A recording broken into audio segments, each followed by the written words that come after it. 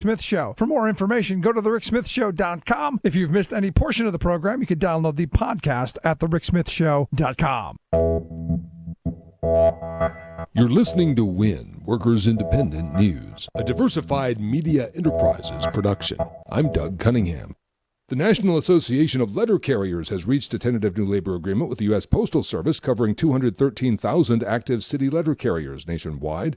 The union negotiated pay increases, no increases in health care costs, and narrowed the pay gaps between city carrier assistants and career letter carriers. NALC President Frederick Rolando says the union's executive council is recommending that letter carriers ratify the tentative agreement. Rolando says the new agreement preserves the core achievements of our bargaining history, including regular general wage increases and cost of living adjustments, protections against outsourcing and layoffs, as well as other contractual elements that define our standard of living, he says. Letter carriers will now vote on whether or not to ratify the new tentative labor agreement. VW has until May 24th to respond to a new NLRB labor law violations charge. VW already was charged for refusing to recognize and bargain with UAW Local 42 at the VW Chattanooga, Tennessee plant. The latest National Labor Relations Board unfair labor practice charge against Volkswagen is for increasing health insurance premiums and changing work hours at the Chattanooga plant without bargaining with the UAW over those changes. Pro-union VW workers in Chattanooga have waged an organizing campaign for years. The UAW is supported by the German IG Metall Union and by the Global Labor Federation Industrial.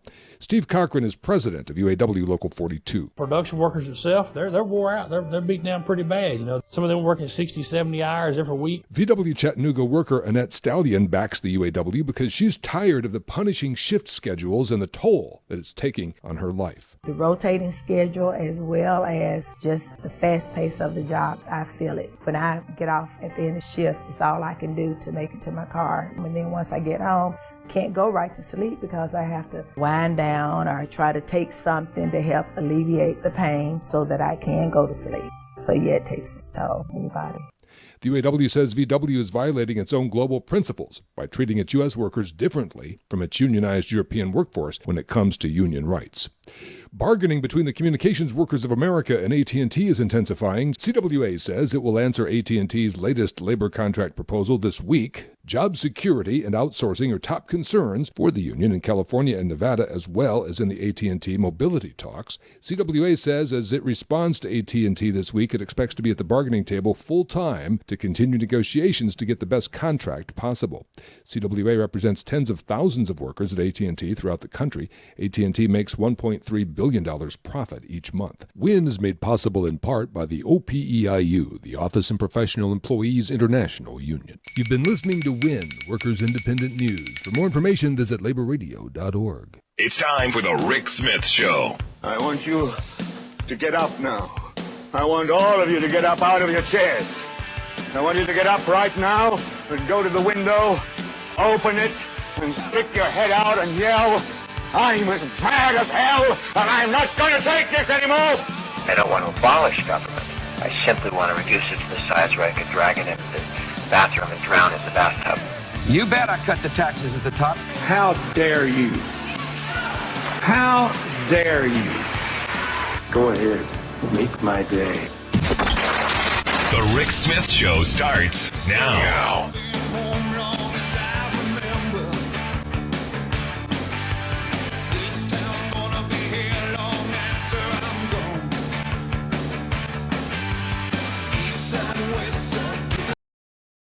One, I don't think they were, and two, I don't think they care.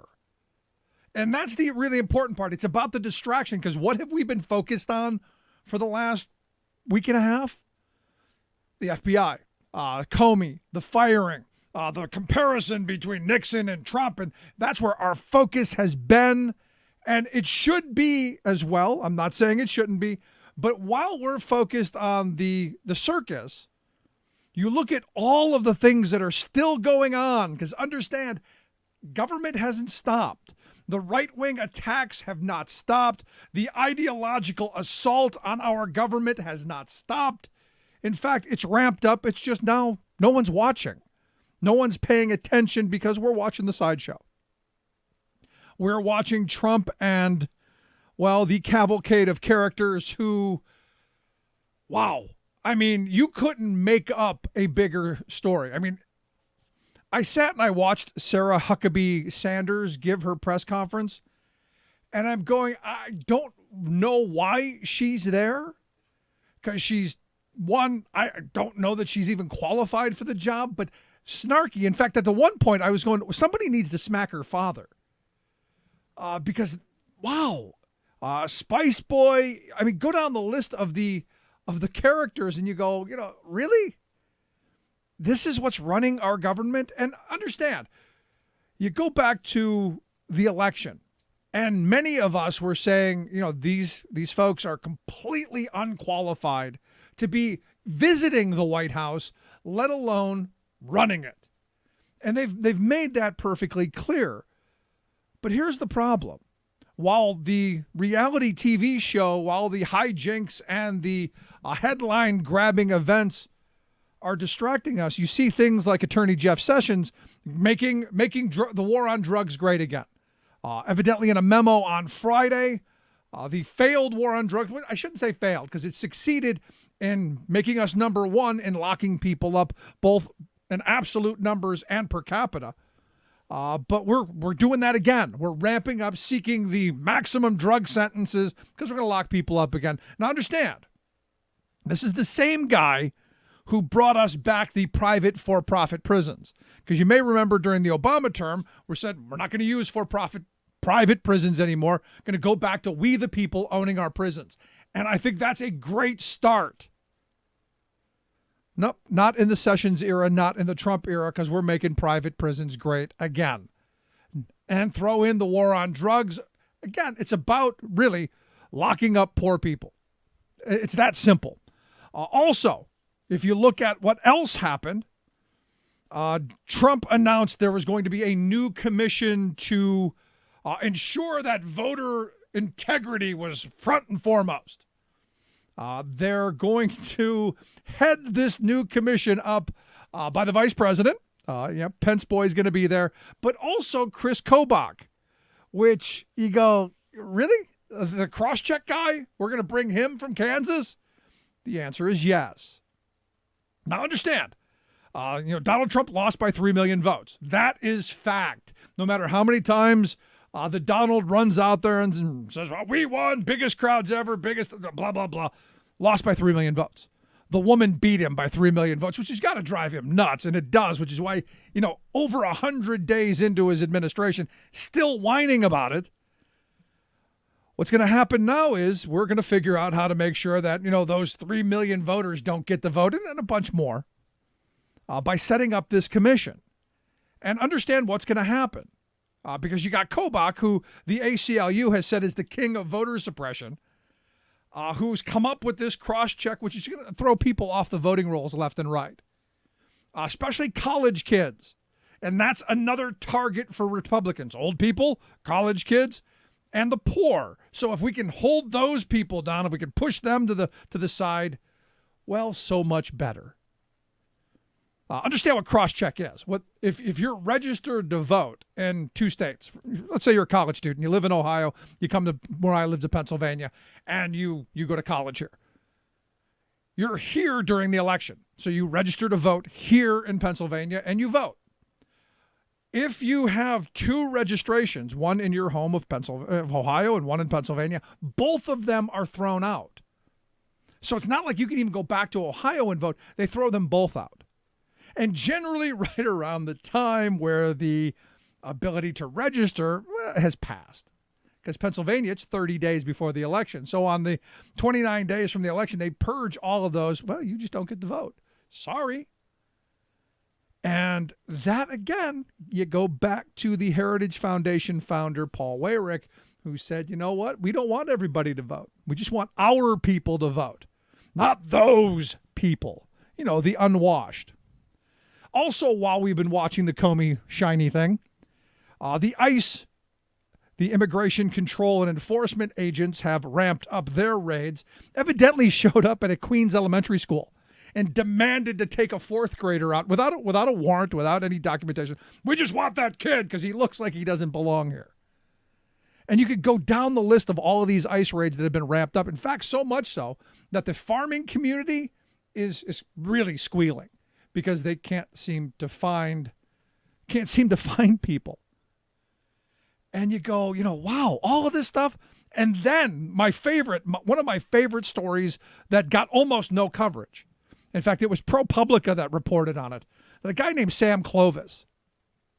Sam is a conservative talk show host, one of the big Trump supporters in 2016.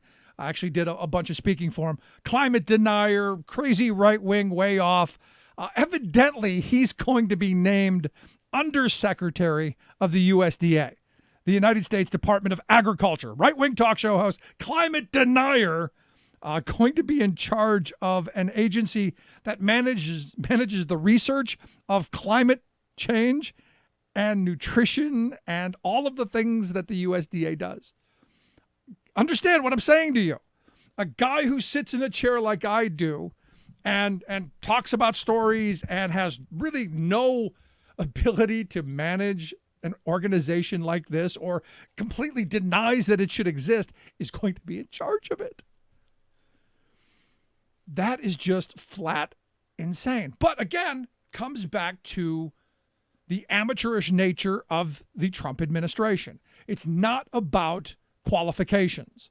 It's not about understanding the work of the agency. In fact, you take Rick Perry, who didn't even remember he wanted to do away with the Department of Energy and then had no idea what the Department of Energy did, now leading the Department of Energy. So again, just at some point, do we not go, no more? It's just plain nuts. But here's the weird thing. The country is splitting apart even more because you've got those folks, the Trumpites, who they've dug in, man.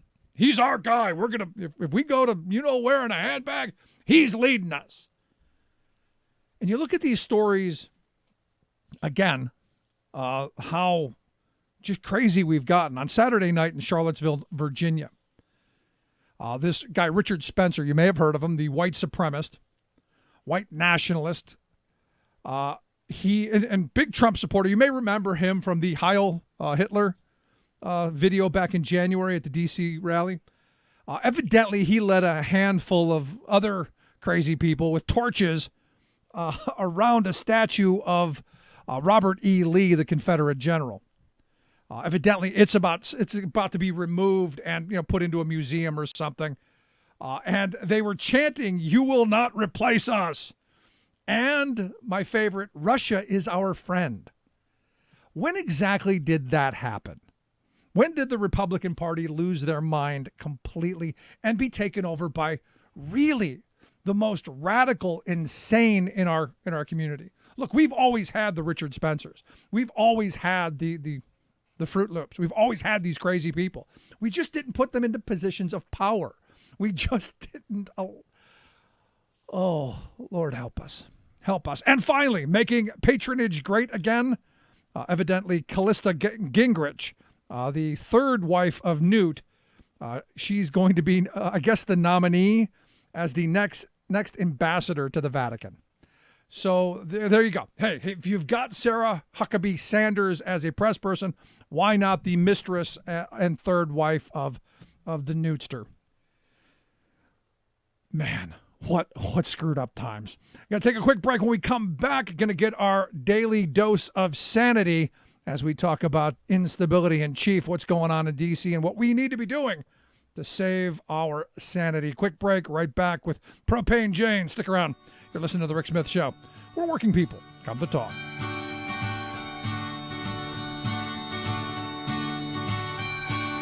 All of my life I've searched for clarity. I have wrestled with two paths buried deep inside of me. I lost some rounds, been knocked around, felt my share of defeat. Yet somehow I've always managed to get back on my feet.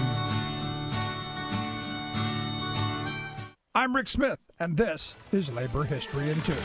On this day in labor history, the year was 1917. That was the day of the founding of the Library Employees Union of Greater New York. This was the first public library workers union in the United States. From its beginning, One of the key efforts of the union was the fight for equal rights for women and men in the library field. Maud Malone was one of the leading spokeswomen for the union. She was also an active supporter of the campaign for women to win the right to vote. The union leaders worked to build relationships with other women's rights organizations. According to a report on the first 2 years of the union's activities, the union arose out of the need to remedy the particularly bad working conditions and wages of librarians, especially in the public libraries of the city. The union wanted to improve the promotion system, especially for women. In order to strengthen their cause, the union leaders corresponded with libraries as far away as England, France, Australia, Africa, and South America. These exchanges centered on discussing the library question from the union point of view. Promoting the union point of view to library workers proved to be a tough task. The union tried to convince library employees to think of themselves as workers and part of the working class. The union advocated for library employees to be included as part of the city's civil service system. But many of these workers thought of themselves as professionals. And in the end, this hesitancy to buy into the idea of unionization led to the downfall of the Library Employees Union, which ended its efforts in 1929. Labor History in 2 brought to you by the Illinois Labor History Society and The Rick Smith Show. For more information, go to laborhistoryin2.com. Chances are, when you took a shower this morning, an AFSCME member made sure that water was clean. When you drove to work, an AFSCME member maintained the road. When you rode an elevator, an AFSCME member inspected it. I'm David Philman, Executive Director of AFSCME Council 13, the American Federation of State, County, and Municipal Employees. AFSCME members enforce regulations, keep prisoners behind bars, take care of patients, protect the environment, and more. The work isn't glamorous, the salaries aren't high, but AFSCME members serve the public in every aspect of our daily lives.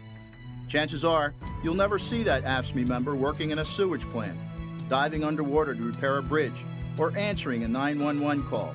But aren't you glad they do? For more information, visit AFSCME13.org. We are AFSCME. We make Pennsylvania happen!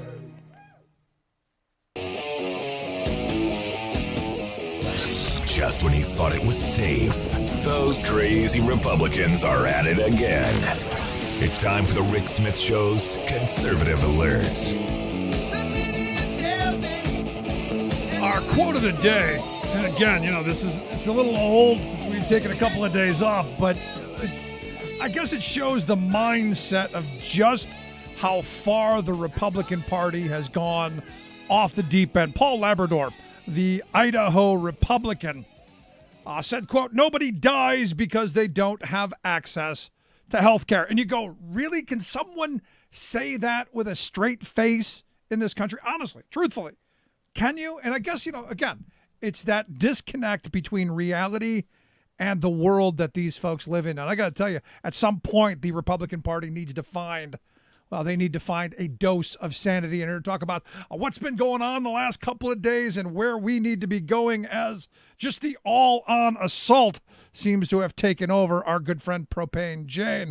Jane, thanks for taking time for us. You're welcome. Thanks for having me back. So we take a little bit of time off, and Washington loses its mind, and it's just kind of wow. I mean, that's the only word I can come up with. Right. Yeah. I mean, again, it's never ending. And this is why I call him instability in chief, because it is always unstable. Our government is in a constant state of chaos because, as they like to call him, the CEO president is unstable, and he's in a crisis. And so everything that he's supposed to be overseeing is going to be a crisis as well. Right. But here's the thing that gets me is you were seeing all of these news reports that, now, does Donald have Alzheimer's? Is he losing his mind? Are the Republicans finally waking up? And I go, but here's the thing. We've been talking about this for months now. This is not new, or this is not news at this point. This is reality. This is reality, and you know, as we talked about again months ago, that it really is a slow-moving train wreck in progress. I mean, of course, yes, they are. There's a steady daily stream of incompetence and corruption, and it feels like they're throwing things in so many directions, and that it is moving fast. But it is a train wreck, and it is a disaster, and it's just going on and on and on and on. And it just makes you wonder, like, are we ever going to get to the point where there's an intervention that actually just stops the train on the track? Yeah, that's what 2018 hopefully is going to be. But until then, I mean, we see all of these distractions, and you're right, we're just inundated with all of this stimulus. How much of it do you think, though, could be by design? Because, look, I'm looking at all of this legislation and all these executive orders and all of the machinery of government being pushed in absolutely the wrong direction. I mean, as I talked about at the beginning, we're making the war on drugs great again. We're making voter suppression great again. You know, there's all of these things that are happening that our media is not focused on because we're watching the shiny thing. Right. There are multiple shiny things, and ultimately it's a disrupt and destroy mission, and it's happening on two fronts. It's happening domestically in terms of the Republican Party and this long-standing obsession they've had with, you know, making government so small that you can drown it in a bathtub, and now having this absolute power in three branches of government. Them just trying to throw everything they can onto the plate so that they can, you know, eat till they're full and happy. So that's one side of it, and then the other side of it is the outside disrupt and destroy mission that's happening from foreign leaders and our adversaries, in particular Russia.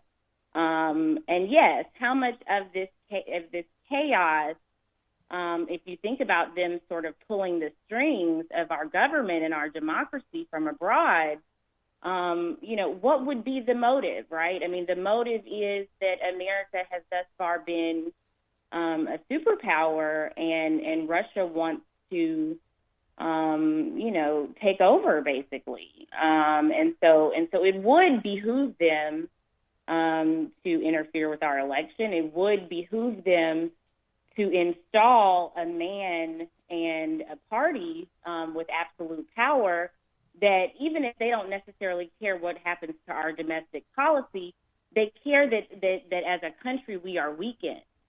And so you have to wonder why the Republican Party seems so insistent on sharing this sentiment of down with America, when at the same time they're saying that they're making America great. Yeah, I mean, it's just amazing to me. But here's the thing: you go back to that divide and conquer, and right now I would argue that we're at a time in history where, you know, maybe the Civil War was the last time we were this divided. Because you see these white supremacists marching around saying, you know, Russia's our friend, and you know, it's kind of it's a crazy world that we're in right now.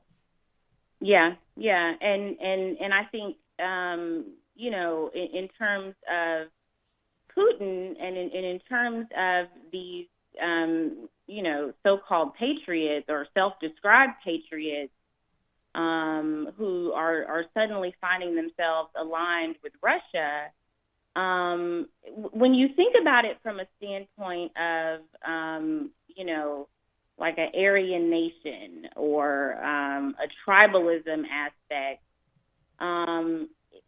in that sense, it feels good to them because they are aligning against the ascendancy of certain demographics. You know, when you look at the xenophobic sentiment and the isolationist sentiment, all of this vilification of immigrants, and, you know, refusing to allow refugees over, they very much are identifying with the sameness of you know, melanin content. And I think even more so politically, when you put it under the auspices of the Republican Party. I mean, years ago, during Obama's presidency, Fox News and the right-wing echo chamber, in a lot of ways, whenever there were these conflicts between Putin and President Obama, they took Putin's side. And they were very much talking about, that President Obama's in mom jeans and Putin is so strong and he's, riding, with no riding the shirt horse on with the no back of shirt. Exactly, right? And so, the embodiment of, for lack of a better terminology, this white man that they wanted to see as superior, it didn't necessarily matter that person was a foreign adversary. It just, the enemy of my enemy is my friend. They became friends with that ideology because it was against Obama and they were against Obama as well. And so now it puts them in a position where you have, so many members of even the Republican leadership in so many ways that have these precarious ties to Russia and have been getting money from Russia. How many of these Republican campaigns benefited from outside money? And so ultimately, I think that they've sort of sold their souls in that aspect. No, that's exactly what I was going to bring up. I mean, you look at the fact that our media has been, there's a lot of Russian money going into a whole bunch, both on the right and the left. There's been a ton of Russian money that's just, again, it comes back to the money and this belief that money is speech and, speech and all of that. At some point, don't we have to start investigating where this money comes from? And there have been some reports here lately that, you look at, Trump probably having ties with the Russian mob and the money influence there. There's so much to be investigated. I can't believe that the Republicans as a whole, I see a couple saying that we need an independent special prosecutor to really get to the bottom of this, or it never goes away. Right. I mean, and I think the thing that's so difficult about it, and for a lot of people, people just keep asking, well, what is the Republican Party doing? Why don't they care? Why aren't they more enthusiastic about investigating this? And I think the issue is that the power aspect is, are they going to do something that removes them from power? The likelihood of that is very low. And so all of this like criminality that we see happening and them sort of just looking the other way, Trump is actively obstructing justice. And they are still managing to sort of, wiggle themselves out of holding him accountable. They're still saying they don't need a special prosecutor. And so in a lot of ways, they are enabling the criminality because for them, the incentive is that they get to remain in power and they get to forward this very fascist agenda. Yeah. Let me ask you this, because, and again, I guess this is another, problem with Trump and the administration is they can't seem to get their story straight. And, I go back to, my grandfather always said, they'd lie when the truth would be better. And I think it's just their reflex is to lie, ask the question and you make something up. But, as these stories keep coming out, was it that, Comey asked for more money? Was it because of the Russian investigation? Was it because of the testimony? Go down the list of what ifs.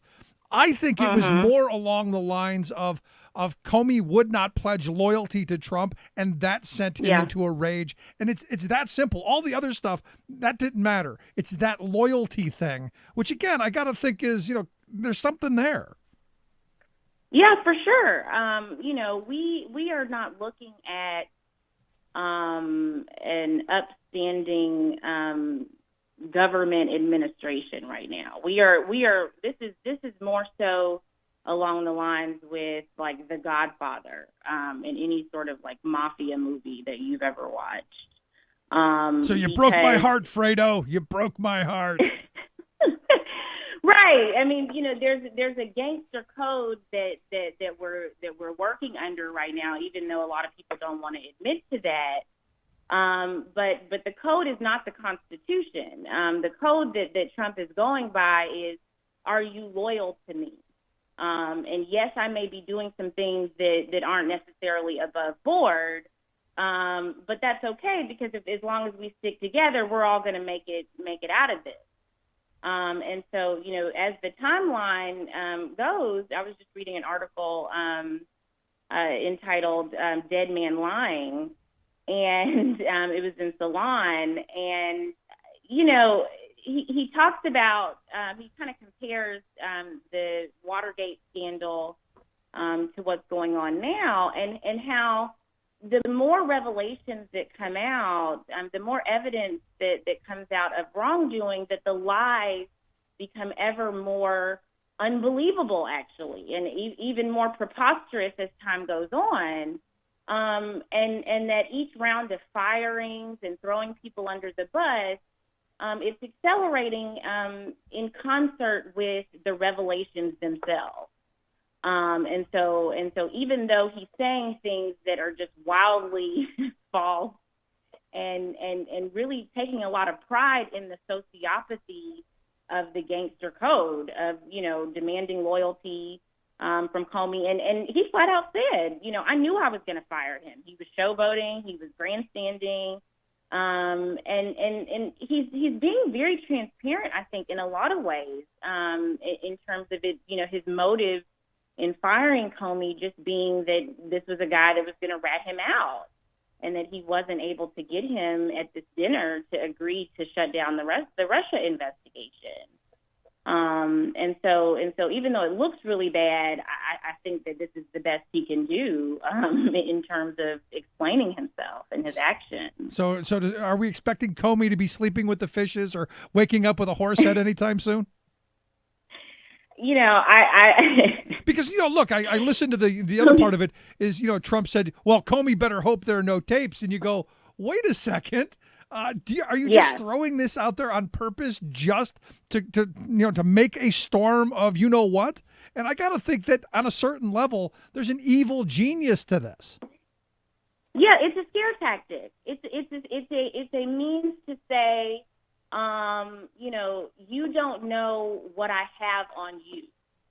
And yes, with Comey in particular, I think that he is in a precarious position because of, the kind of scandal that is surrounding the revelations that he made about this, Hillary's emails during the campaign and right before the election. And so in some ways, I think also in terms of Trump thinking that firing Comey was going to be like a very popular decision amongst Democrats, that there was an idea in his mind that Comey was dirty too, and that he could somehow put him between a rock and a hard place, and kind of blackmail him out of revealing what's going on in terms of the investigation.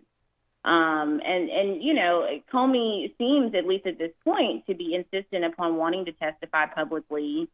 And now that there are more of these leaks coming out internally from the FBI, it seems like Comey got to a point where he was thinking, man, this guy is really unstable as well. Yeah, but here's the thing. Here's the thing. I blame Comey for all of this. Of course. I blame, and there's a point at me where I go, you know what? He deserved to get fired, not for, the loyalty or anything, but he deserved to get fired from the beginning. But all of this he deserves because he created this monster by that nonsense a couple of days before the election. Absolutely. And I think that there is sort of a redemption in some ways that he is seeking in terms of being transparent now and admitting, obviously, even though he's saying it makes me nauseous to think that I had this impact on the election. And yes, he is certainly minimizing the role that he played. I think he, wants to disavow the possibility that it all hinged on him.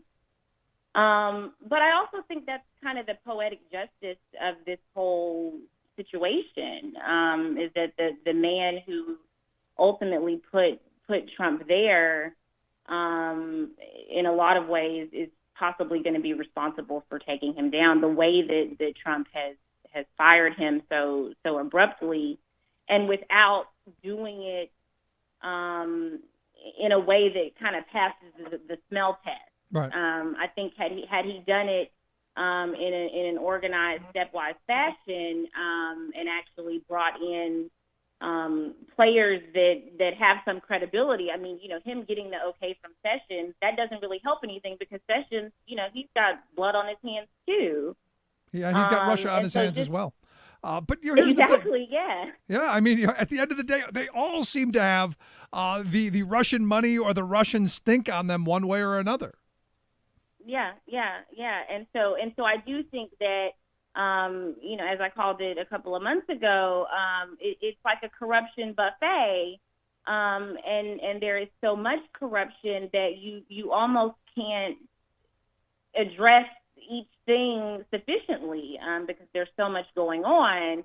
And I do think that Trump, in a lot of ways, feels that disruption is going to, in the end, get him out of it because who can keep it straight? Yeah, and who can keep up? Because look, I've been following this soap opera, and look, no team of daytime soap writers could ever imagine what's been going on with all of this. But I think at some point, don't we just burn out? And I think part of the hope is that we burn out and just say, there's nothing we can do, throw up our hands and turn away from it. Yeah, the thing is that even though we may want to burn out, Trump is not burning out. His pathology is not burning out. And so because the crisis is ongoing and because he himself is decompensating under the stress and under the suspicion, again, we're hearing about him, taping people's conversations potentially in the White House and becoming just so paranoid about who is around him and who is leaking information. And so each day, he is going to be so erratic that we aren't going to be able to become apathetic because, the outrages just continue. Right. And that is actually, how he's, kind of just in quicksand. And he himself is going to continue to implicate himself and the rest of his administration. And, in that way, we're kind of lucky that he's the telltale tweeter. Oh, yeah, because at least, the one thing you could say is he's not afraid to say things in public and throw the red meat out there. But here's the thing that bothers me is, I look at this burnout and I look at this and I hope you're right. I hope we're able to keep up because his insatiable appetite for attention, it doesn't go away, but I think at some point we just kind of look, during the Obama administration, there were days where I didn't even think about the president. Today, there isn't a day that goes by. Yeah, I agree. And I also think that for those representatives in Congress, this is also their job, right? I mean, for us, we have other jobs, but their job is to listen to their constituents. These town halls are not going to stop. People are going to continue to call their representatives. They're going to continue to be outraged about the policy that's flowing through Congress because our actual lives depend on this and our livelihoods depend on this. We're talking about the social safety net. We're talking about the integrity of our American institutions. And so, I think the apathy that got us to this point, in a lot of ways was due to the fact that things were so stable. And you could trust that, you could go to bed at night and President Obama wasn't in the middle of the night, waging World War III on his Twitter account. And so it was easier at that time, I think, to kind of disengage. But right now the stakes really just are so high that unfortunately we're all tuned in. But at the same time, I think that us being tuned in is what is eventually going to get Congress to wake up and finally do something. Even the reluctant Republicans, they are hearing from their constituents, and there is going to be a day of reckoning. It's just a question of how long does it take for us to get there. Yeah. So last line of questioning I've got for you then, because look, everybody I talk to right now, active, engaged, ready to fight, ready to, to bring to bear. What's the advice to help them maintain? Because look, we all burn out at a certain point. We all, need a break at some point. What's your professional opinion on what people should do? I would say as much as you can, connect with the good of humanity. because so much of this that's making it exhausting is the sheer just level of negativity and pathology and like evil energy that's flowing around us. And so as much as you can, get out and see the good of humanity, see the good that people are doing in your community, because there's good happening all around you, actually. I work in a hospital, obviously, and so I work in a clinic. I work in a setting where people are being helped, and just to see the smiles on people's faces, that kind of rejuvenates me after, going on the internet and seeing Instability in Chief having another meltdown. So I would just say, as much as you can, just stick to the golden rule. Try to be good to others so that good will come back to you. Or at least a silver rule, and do at least not the ugly stuff that you'd want people not to do to you, kind of. Absolutely, and have a voice. I mean, speak up. The problem, I think, is that we feel disempowered. And a lot of this, I think we have to understand that as people, as the society, we have the power. We actually do have the power to make things change, but we have to be loud and we have to be forceful, and we just can't give up. There you go. Great advice, Jane. I appreciate the time. All right, absolutely. Have a great week. You as well. Thanks so much, Propane Jane. Look, that's the advice. Stay active, stay engaged, but stay connected to your fellow human beings. Good stuff. Quick break, right back. Stick around. You're listening to The Rick Smith Show. We're working people. Come to talk. Don't know much about history. Don't know much biology. Don't know much about a science book. Don't know much about the French I took. But I do know that I need you. And if you fall for all the crap I spew, what a wonderful world this would be. You're listening to The Rick Smith Show.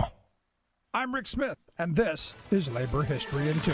On this day in labor history, the year was 1919. That was the day the Winnipeg Trades and Labor Council called a general strike. It is considered one of the most important strikes in Canadian history. Social tensions intensified as soldiers returned home in search of work, only to find skyrocketing unemployment and inflation. In Winnipeg, building trades and metal workers attempted to organize and bargain as an umbrella organization. They walked off the job at the beginning of May, appealing to the city's unions for support. And on this day in 1919, some 30,000 workers walked off the job, starting with women telephone operators. The general strike had begun. Union and non-union workers alike heeded the call. Factories shut down. Public services came to a halt, including transit, mail services, and utilities. Having lost most of their workers to the strike, newspapers quickly branded strikers as Bolsheviks, depicting them as bomb throwers in cartoons. Winnipeg's bosses formed the Citizens Committee of 1,000 and declared the general strike a conspiracy led by alien scum. When the police sided with the strikers, they were fired and replaced in their entirety by specials used to break the strike. Workers were intransigent, and by the middle of June, the federal government ordered the arrest of strike leaders. When tens of thousands of workers gathered on June 21st for a demonstration at Market Square, they were charged by the Royal Mounted Police armed with clubs and guns. 2 strikers were killed and scores more were injured in what is known as Bloody Saturday. Winnipeg was under military occupation, and the strike ended in heavy losses for the workers. But many strike leaders won regional political elections the following year, defeating the very forces that smashed their strike. Labor History in 2 brought to you by the Illinois Labor History Society and The Rick Smith Show. The most important issues of the day. This is The Rick Smith Show.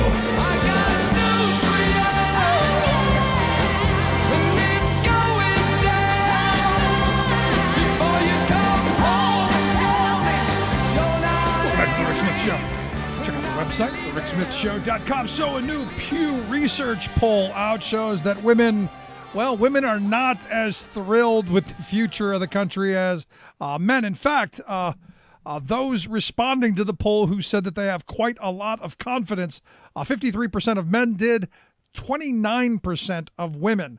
Now, you think about before the election, you think about October of 2015, it was 43% women, 47% men. So the gap is widening. Only 23% of women told the pollsters that they were satisfied at the direction the country is taking, compared to 36% of men. Yes, the Trump effect. Making men great again. Okay. Anyway, let's find out what's going on around the world. Washington, D.C., Victoria Jones, Talk Media News. Victoria, thanks for taking time for us. Well, thank you. So are we going, and do you have quite a lot of confidence in the direction of America's future? Okay, then. Okay, silence. And there was silence. Yeah. Well, look, I find it very difficult to answer these kinds of polls because the direction of America's future is like, I believe our children are our future. Yeah. Yeah. I'm not a big fan of polls because all the questions. There's no gray area. It's yes or no, black or white. Yes or no, black or white. It's like ultimately, I believe the future is very bright indeed. But immediately, I believe the future is rather dark. So what do I say? You hang up like I do. Yes! I got better things to do. I got grass to watch grow, paint to watch dry. That's it, paint to watch dry. There That's you go. what I got to do. Yes, Netflix. Yes. There you go. But here, Netflix, with all of this cyber attacks going on, I got to be honest, I don't want anything to do with computers at this point. I'm telling you, this is really scary stuff, and it is not going away. It has hit. It has hit again. It's spreading in Asia. Now, no second wave, as you like, has been seen. People have been logging on, start of a new work week, but no catastrophic breakdowns today.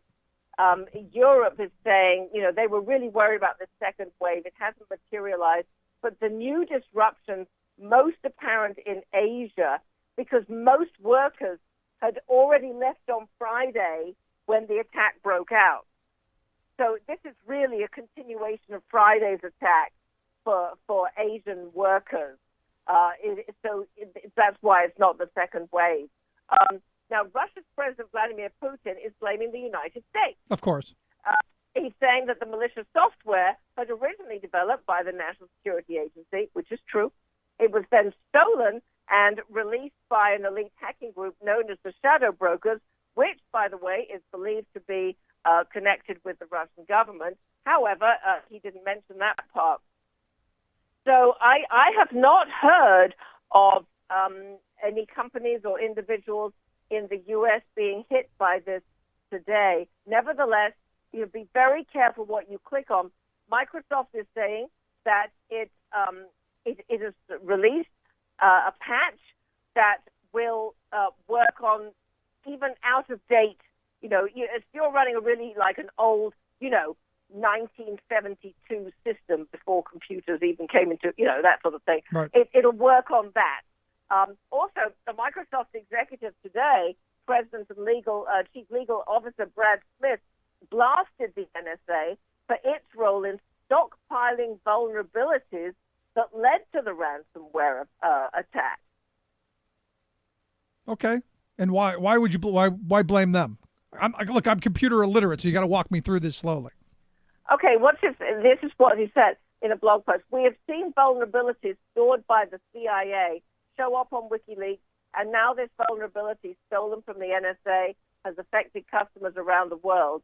Recently, exploits in the hands of governments have leaked into the public domain and caused widespread damage. An equivalent scenario with conventional weapons would be the U.S. military having some of its Tomahawk missiles stolen, is what he's saying. Okay. So he's saying you hang on to the weapons and they get stolen. Now, the other thing is that I read fascinatingly today that the U.S. spends 90% or uses 90% of its effort cyber-wise in offense and only 10% of its effort on defense. Well, the best defense is a good offense, right?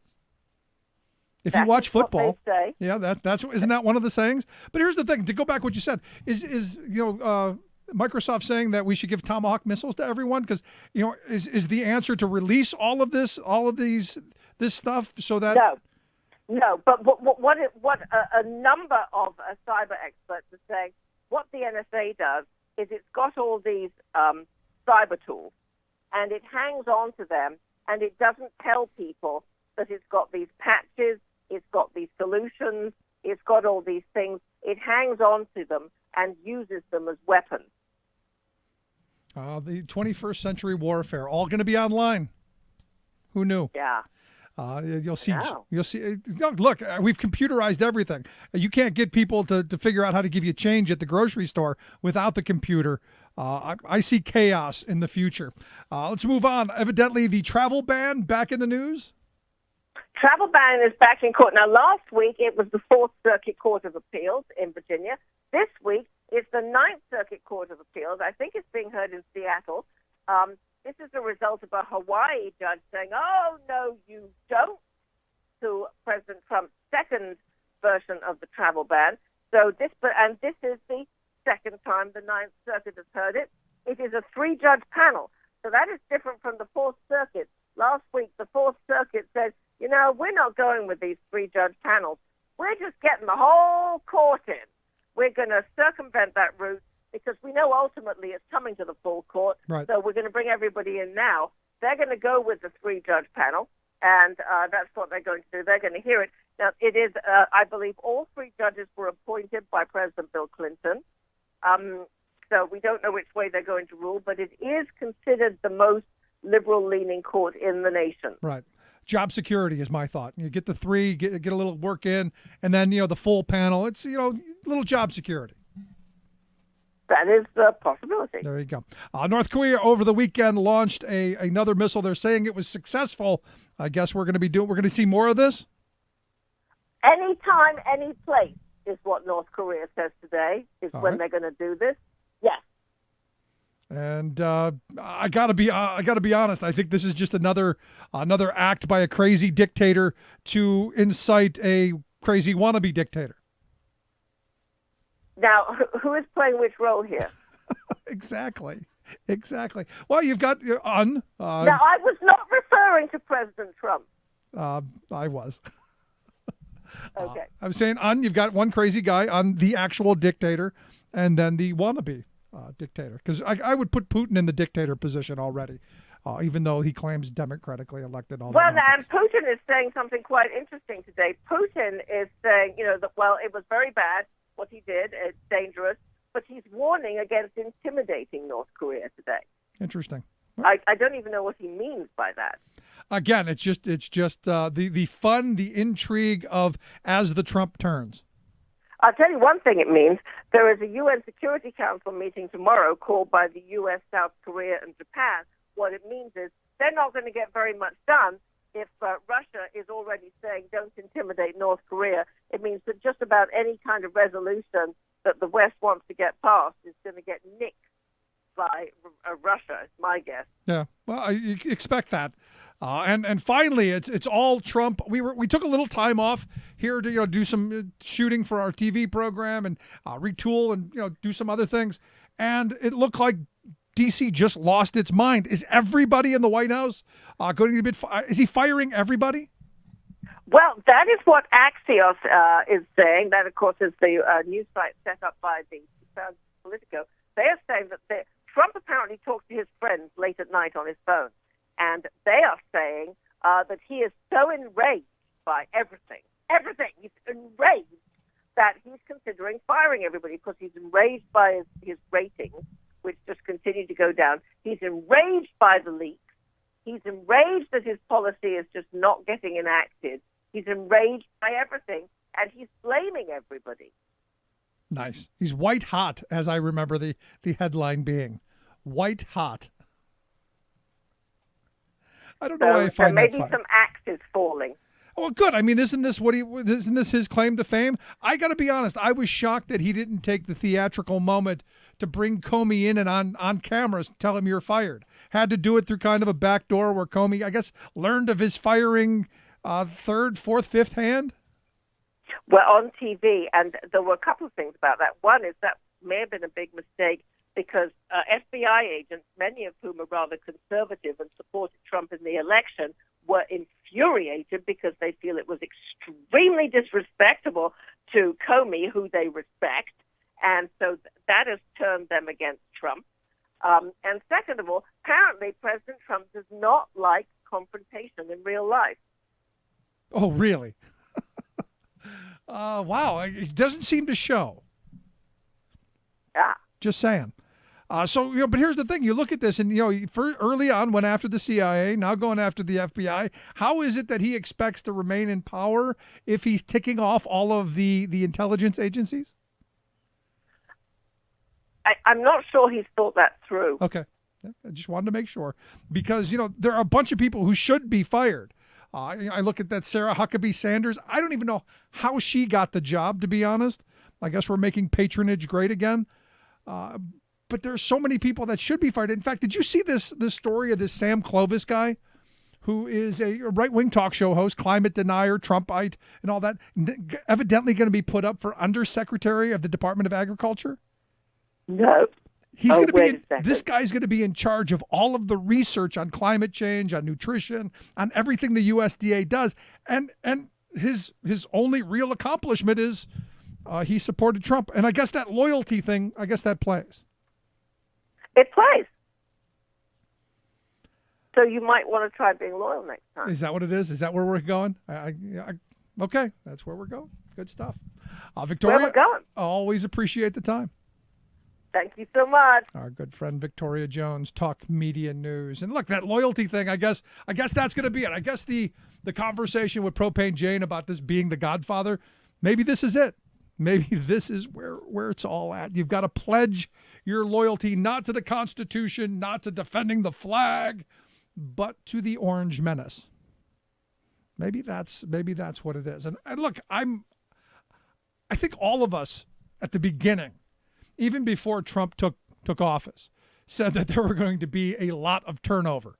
A lot of people were going to be hired and fired, and it was going to be chaotic, and it was going to be entertaining, if nothing else. I mean, while we're going to hell in a handbag and the country and democracy is all in flames, at least entertaining to watch the firings. Because look, everyone that I talked to who used to watch The Apprentice used to, love the punchline, the money shot. Which again, I was kind of surprised that he didn't get that money shot with Comey. That could have been it. So there you go. Anyway, if you've missed any of today's program, thericksmithshow.com. That's where you go to get the podcast, the Rick Smith Show app on the smartphone. Take the program wherever you go. And as always, you can email me, Rick at thericksmithshow.com. I'm going to take a quick break. When we come back, it is Infrastructure Week. Yes, we do want to build our roads and our bridges and leave a future for our children. I know. It's a bit lofty, but I think we can do it. Quick break, right back. Stick around.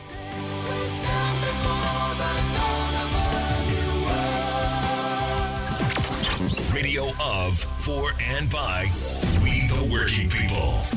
The Rick Smith Show. You're listening to The Rick Smith Show. For more information, go to thericksmithshow.com. If you've missed any portion of the program, you can download the podcast at thericksmithshow.com. You're listening to WIN, Workers Independent News, a diversified media enterprises production. I'm Doug Cunningham. The National Association of Letter Carriers has reached a tentative new labor agreement with the U.S. Postal Service covering 213,000 active city letter carriers nationwide. The union negotiated pay increases, no increases in health care costs, and narrowed the pay gaps between city carrier assistants and career letter carriers. NALC President Frederick Rolando says the union's executive council is recommending that letter carriers ratify the tentative agreement. Rolando says the new agreement preserves the core achievements of our bargaining history, including regular general wage increases and cost of living adjustments, protections against outsourcing and layoffs, as well as other contractual elements that define our standard of living, he says. Letter carriers will now vote on whether or not to ratify the new tentative labor agreement. VW has until May 24th to respond to a new NLRB labor law violations charge. VW already was charged for refusing to recognize and bargain with UAW Local 42 at the VW Chattanooga, Tennessee plant. The latest National Labor Relations Board unfair labor practice charge against Volkswagen is for increasing health insurance premiums and changing work hours at the Chattanooga plant without bargaining with the UAW over those changes.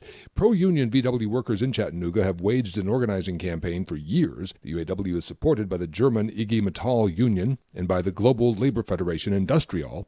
Steve Cochran is president of UAW Local 42. Production workers itself, they're wore out. They're beat down pretty bad. Some of them working 60, 70 hours every week. VW Chattanooga worker Annette Stallion backs the UAW because she's tired of the punishing shift schedules and the toll that it's taking on her life. The rotating schedule as well as just the fast pace of the job, I feel it. When I get off at the end of shift, it's all I can do to make it to my car. And then once I get home, can't go right to sleep because I have to wind down or try to take something to help alleviate the pain so that I can go to sleep. So yeah, it takes its toll on your body. The UAW says VW is violating its own global principles by treating its U.S. workers differently from its unionized European workforce when it comes to union rights. Bargaining between the Communications Workers of America and AT&T is intensifying. CWA says it will answer AT&T's latest labor contract proposal this week. Job security and outsourcing are top concerns for the union in California and Nevada, as well as in the AT&T mobility talks. CWA says as it responds to AT&T this week, it expects to be at the bargaining table full-time to continue negotiations to get the best contract possible. CWA represents tens of thousands of workers at AT&T throughout the country. AT&T makes $1.3 billion profit each month. WIN is made possible in part by the OPEIU, the Office and Professional Employees International Union. You've been listening to WIN, Workers Independent News. For more information, visit laborradio.org. Rebuilding America.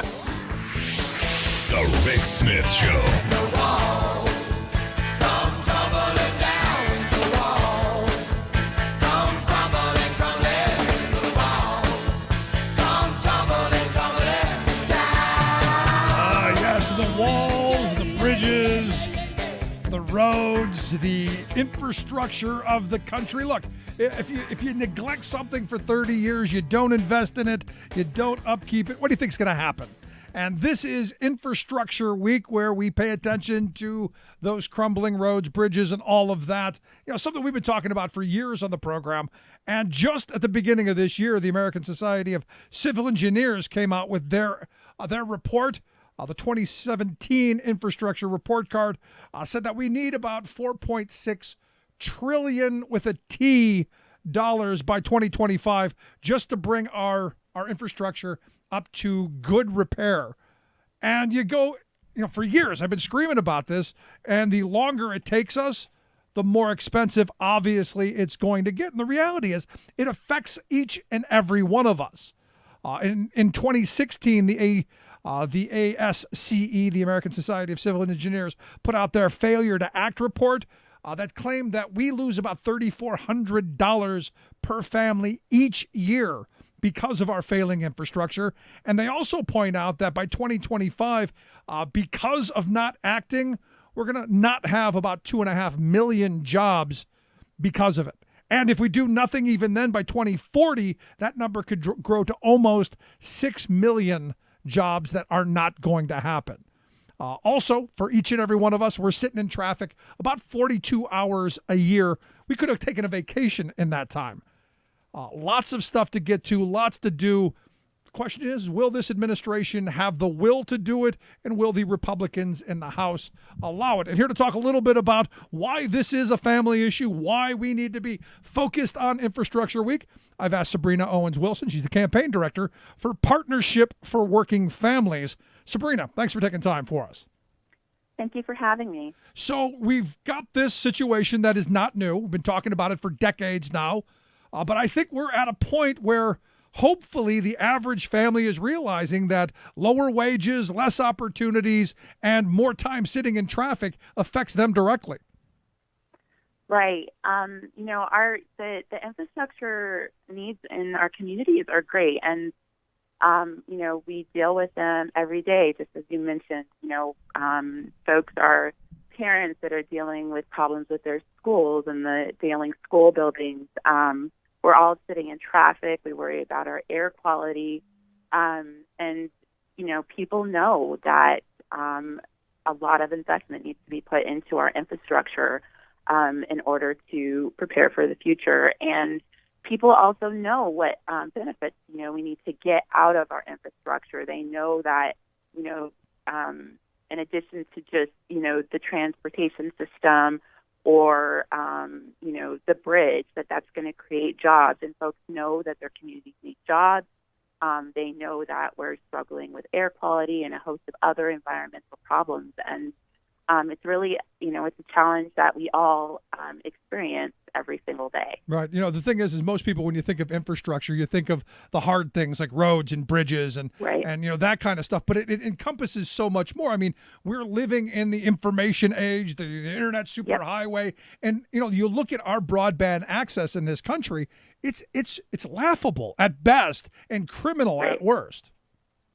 Yeah. I think it's really about the things we need to live our daily lives, to get to work, to take our kids to school, to access the services that we need. And I think that, the way that the conversation is generally shaped, in D.C. and by politicians and is to make it super technical, to really exclude folks from the conversation. But, it's really about the systems and structures that we all need. And it's really important to remember that this is actually a justice issue. And, our infrastructure systems have, played a big role in perpetuating environmental and economic and racial injustice over the years. And it's important that workers and communities are, a part of the conversation to make sure that these investments flow into communities the way that we need them to. Yeah, I mean, I was just having a conversation with someone the other day who was, we were talking about, the need to really massively invest. And, I was explaining that the Trump plan is kind of like payday lending for infrastructure.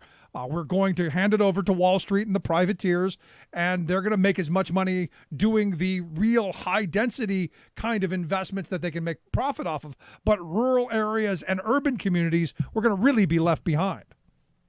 Yes, absolutely. I mean, I think, Trump talked a lot about rebuilding our cities and towns, but, the most movement we've seen really has been around the border wall.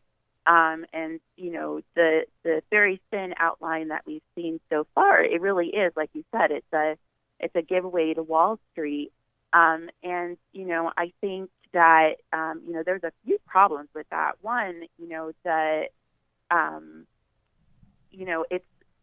it's likely when you set up private investors to deal with our infrastructure projects, there's no guarantee that this is actually going to go into and create new projects. It's likely that those tax breaks are going to go to projects they were already planning to do. And we really miss the opportunity, the public misses the opportunity to shape those projects. We're not going to get the scale that we need.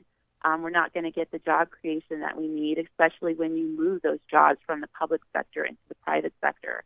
And, investors are going to want to invest in projects that they're going to get a return on. And generally those come with a fee. And so those are toll roads and airports. That doesn't address, the water systems all over the country that are struggling with lead or broadband, like you mentioned, and rural areas that aren't going to, be suitable for fee-based structure. And, there are tons of studies that have shown that, that type of investment doesn't get the return and deliver the benefits that communities actually need. Yeah, but so why do you think we still buy it? I mean, there's a lot of these myths out there, like tax cuts create jobs, the private sector can do it better, these kind of myths that we're constantly inundated. Why do we still buy it? Because, I challenge people, hey, show me something that the private sector did that the public used to do for itself that actually benefited we, the people, without a massive handout to the 1%. And I can't find anybody to say, oh, yeah, we built this parking structure, we built this road or whatever. It's just not there. Right. Yeah, I don't think that people actually do buy that story. I think people believe that, infrastructure is something for government and the public sector to handle. You saw just this past November, 75% of the transit ballot initiatives across the country passed. People want to pay for that, and folks are also very familiar with the stories of what happens when you hand over public goods to the private sector. I think that there's this idea that they're more efficient, and they're going to be able to, deliver services or a project in a way that the government can't. But, you've got, the parking meter system in Chicago, which people saw, I think the parking rates went up something like 100% over a few years. Water systems in urban and rural areas where people have seen their water rates go up and become unaffordable when it's privatized. And so it's just that, public or private profit is in direct conflict with, public interest. It's not the goal when you hand over infrastructure to the private sector. So Wall Street, there isn't a benevolent side to Wall Street to want to deliver the goods that we need, the commons that we need. So you're saying there's no benevolency on Wall Street about that? Is that what I'm hearing? I'm afraid not. I'm afraid not.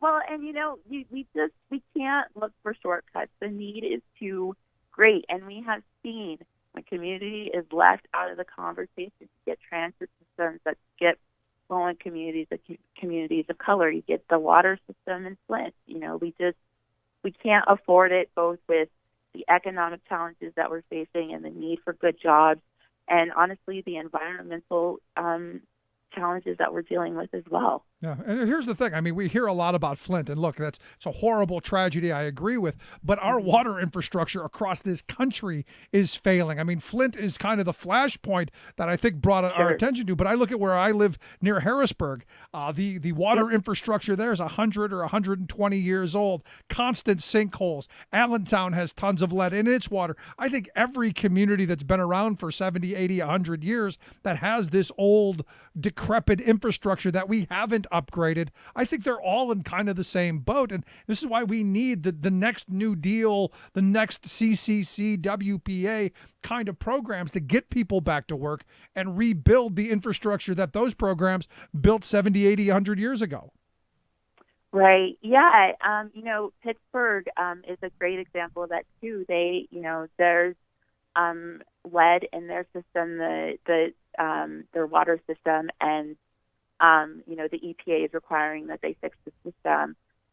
In addition to the consent decree on their sewer system as well, and a labor community coalition there led by Pittsburgh United has done a ton of community engagement, talked to folks about how the city needs to deal with fixing the water system there, and have come up with a plan that is going to green the sewer system, in addition to creating a lot of good union jobs. And the benefit of their proposal as well is that it's not only about the jobs that will be created in fixing the system, it's also the maintenance and the upkeep that's going to create a ton more jobs than an alternative.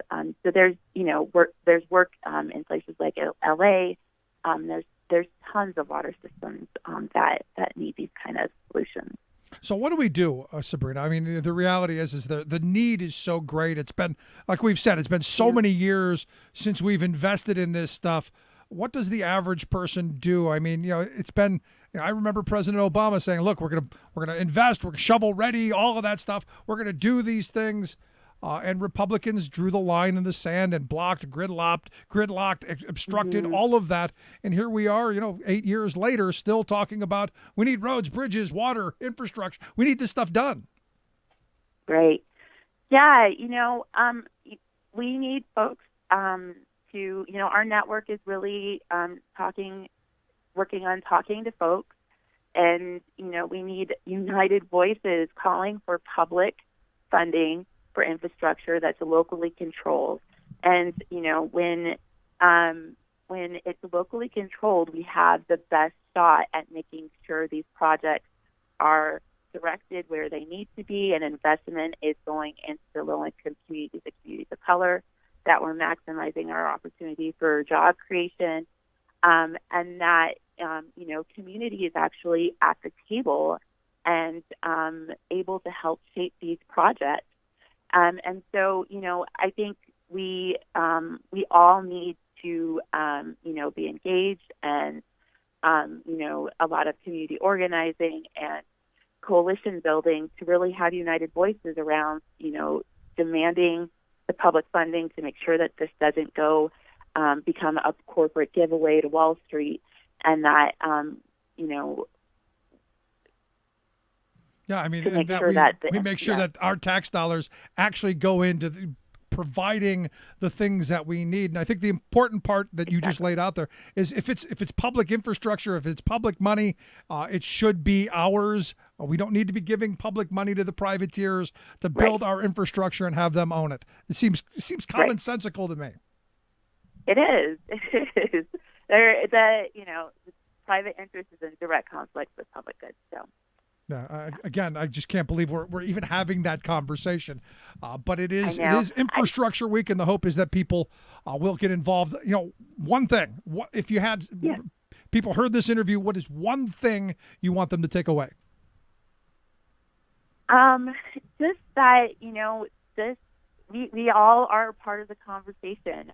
Don't fall for the idea that this is too technical or that somebody else is going to protect your interests. We all have to be a part of the conversation, and holding our elected officials at all levels accountable for how they are investing public money. And it should go back into the people and not to Wall Street. There you go. Sabrina, I appreciate you taking some time for us. Thanks so much. Of course. Have a good day. Great talking with you, Sabrina Owens-Wilson, Campaign Director for the Partnership for Working Families. You want to check out their website, forworkingfamilies.org is the website. We'll get a link at thericksmithshow.com. Check that out. But again, you go back to this. If you need one thing to say, why we need infrastructure, in 2014, according to the American Society for Civil Engineers, as a nation, we spent over almost 7 billion hours sitting in traffic, or 42 hours for each and every one of us. We could have gone on vacation, could have had a whole week off of work, but yet we stood sucking the fumes of the car in front of us. Again, another reason why we need public transportation as well. Going to take a quick break. Right back. Stick around. You're listening to The Rick Smith Show. We're working people. Come to talk.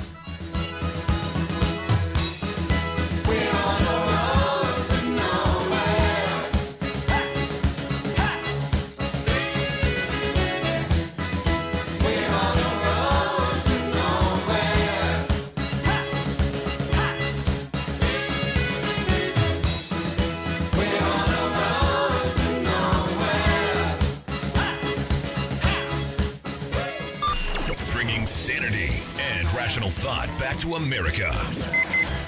Rick Smith. I'm Rick Smith, and this is Labor History in 2. On this day in labor history, the year was 1917. That was the day of the founding of the Library Employees Union of Greater New York. This was the first public library workers union in the United States. From its beginning, one of the key efforts of the union was the fight for equal rights for women and men in the library field. Maud Malone was one of the leading spokeswomen for the union. She was also an active supporter of the campaign for women to win the right to vote. The union leaders worked to build relationships with other women's rights organizations. According to a report on the first 2 years of the union's activities, the union arose out of the need to remedy the particularly bad working conditions and wages of librarians, especially in the public libraries of the city. The union wanted to improve the promotion system, especially for women. In order to strengthen their cause, the union leaders corresponded with libraries as far away as England, France, Australia, Africa, and South America. These exchanges centered on discussing the library question from the union point of view. Promoting the union point of view to library workers proved to be a tough task. The union tried to convince library employees to think of themselves as workers and part of the working class. The union advocated for library employees to be included as part of the city's civil service system. But many of these workers thought of themselves as professionals. In the end, this hesitancy to buy into the idea of unionization led to the downfall of the Library Employees Union, which ended its efforts in 1929. Labor History in 2 brought to you by the Illinois Labor History Society and The Rick Smith Show. For more information, go to laborhistoryin2.com. I know many of you are going to be interested in this next subject. Pennsylvania sits within a day's drive of 60% of the nation's population. Every year, nearly $500 billion worth of goods and services move through our state transportation system. Transportation is the bloodstream of our economy. If it fails, our economy fails. However, as you know, the average bridge in our state is 51 years old. When the walls come tumbling down, the walls come crumbling, crumbling, the walls. Former Republican governor of Pennsylvania, Tom Corbett, again, it used to be one of those things that you understand. We need roads and bridges. It's good for business. It's good for workers. It's good for communities. And this idea, and look, we've been sold this for really a long time, that the private sector always does everything better. And what they do better, honestly and truthfully, is they crush wages, they crush regulations, they make profit for themselves. They do that really well. I don't know that they deliver the best infrastructure. And there are always stories of, the concrete wasn't quite what we could, watered it down a little bit to save a couple of bucks on this end, so it crumbles probably 10 years too soon. We used substandard steel, from China or somewhere else because, it was cheaper than that American-made steel. And of course, weak and, 20 years, obsolete.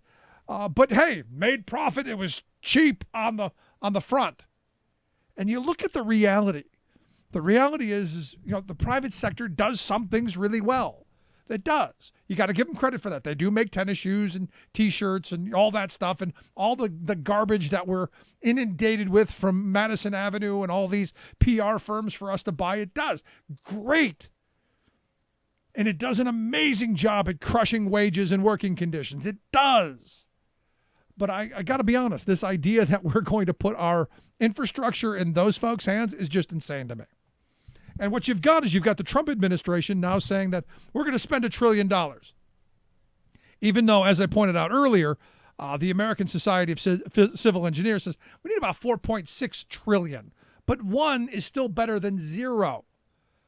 And the $1 trillion that Trump is proposing is not really $1 trillion. It's more like $137 billion in tax credits for Wall Street in the hopes that they'll put private money into it.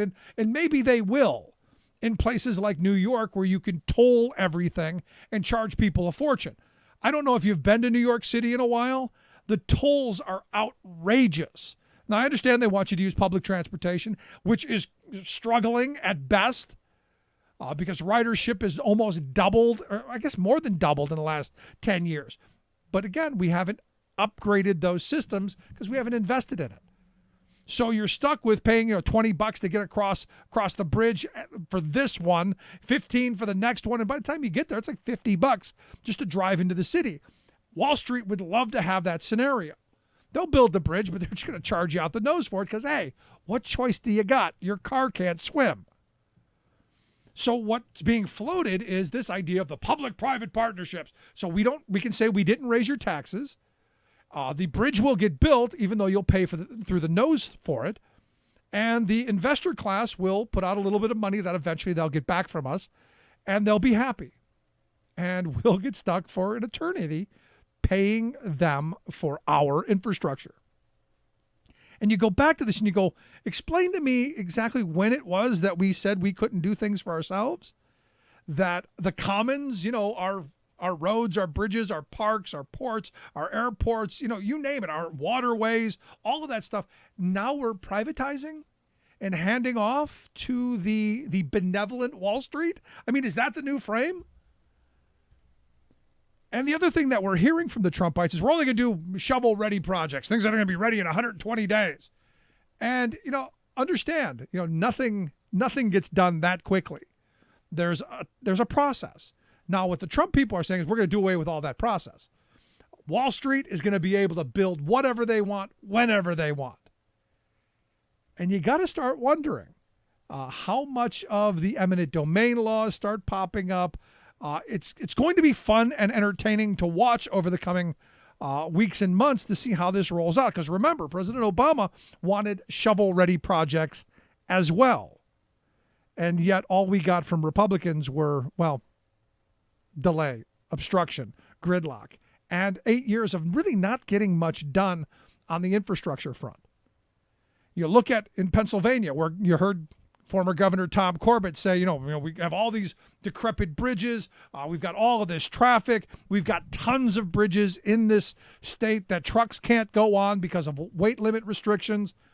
And you go, wow, there's a Republican who gets it. So what did you do? Well, not much. There was a little infrastructure improvement, but that was more just to stop things from collapsing than it was really about investing. And I argue, and this has gotten to me and this gotten some grief from conservatives, I argue that's what has gone on in this country is a deconstruction of the Northeast, an attack on democratic states by the Republican obstructionists. Because what we've done, and this week in history, you go back to 1933, FDR signed the Tennessee Valley Authority Act, which created massive infrastructure and energy projects in the South that really transformed the South into an area where you can industrialize and give people opportunities. And I think it was a great thing. But in the years since, what you've seen is, the northeastern states, the democratic states, the heavily unionized states that have higher wages, you've seen them get taxed to oblivion. And then this massive redistribution of wealth from those states to those southern states. Again, the Civil War continues. And what's happened is these northeastern states are really struggling. If you've driven into New York or Philadelphia or Boston or any of these places, wow. The infrastructure, you might as well be riding on a milk crate on wheels. It's that bad. And in fact, PropertyCasualty360.com points out that the 10 worst states for infrastructure, Connecticut, Rhode Island, California, they throw in Hawaii, New Jersey, Pennsylvania, Washington, Mississippi, a southern state, New York, and Wisconsin. So you've got Connecticut, Rhode Island, New Jersey, Pennsylvania, New York, all right there in that Northeast corridor who've been defunded. And the infrastructure crumbling all around us. I'm telling you, it's happening. And we better wake up to it. I'd love to hear your thoughts. You can email me, rick@thericksmithshow.com. What should we be doing on the infrastructure front? Do we hand it off to Wall Street? Or is this something that we could do like our grandparents did and actually invest in our roads, our bridges, our future for our children? Curious your thoughts, rick@thericksmithshow.com. Quick break. When we come back, something we already knew, I think, but some hacking has given us some inside information on another right-wing group and their intentions. When we come back, I'm going to talk with Mary Botteri from the Center for Media and Democracy. Stick around. You're listening to The Rick Smith Show. We're working people. Come to talk.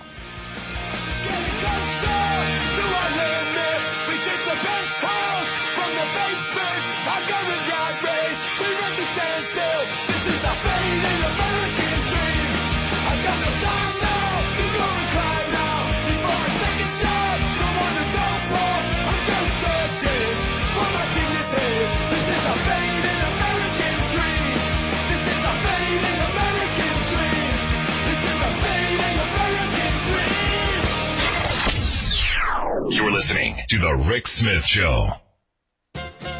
Comandante Trump, El Jefe, the Gringo Strongman. That's the image our current commander-in-chief seems to be cultivating. He has surrounded himself with generals, cavalierly threatened war with all bad hombres, drastically bulked up military spending, and imperiously slapped foreign leaders, people, and nations with demeaning tweets and public rants. Posing as Patton on the Potomac, Trump is out to make America feared again. How's that working out? Look south to Mexico. Our bellicose president has repeatedly blasted Mexicans as marauding thieves, murderers, and rapists. Adding injury to insult, Trump pledged to seal off Mexico by building an 1,800-mile-long, 30-foot-high, big, beautiful wall. But the big man and his big wall are crumbling in the face of reality. Start with the cost, $21.6 billion. The congressional leaders of Trump's own party couldn't choke down a number that big, so the interim budget agreement they passed in April provided exactly $0 to start building his wall. Then there's the reality of illegal entry into our country. First, 2/3 of undocumented people living here enter legally, zipping through customs with a valid visa. Then, when their visa expires, they just stay here. No wall will affect this big majority of immigrants. They would walk through or fly over Trump's massive monument to futility. Second, these days, most people crossing the Mexican border illegally are not Mexican, but Central Americans, especially children, fleeing gangs that are routinely kidnapping, raping, and murdering kids. Further, the fastest growth in illegal immigration is not from Latinos, but from Asian nations. This is Jim Hightower saying, far from making America feared, much less great, Trump's foolish belligerence is making him a global laughingstock.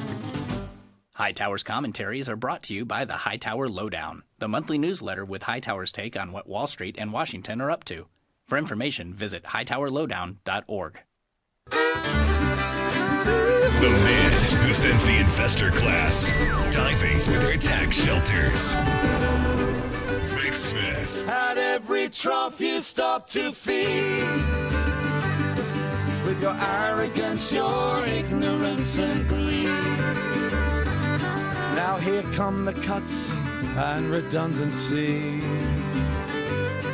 Through the absolute indifference, the avarice, incompetence, your arrogance, your ignorance,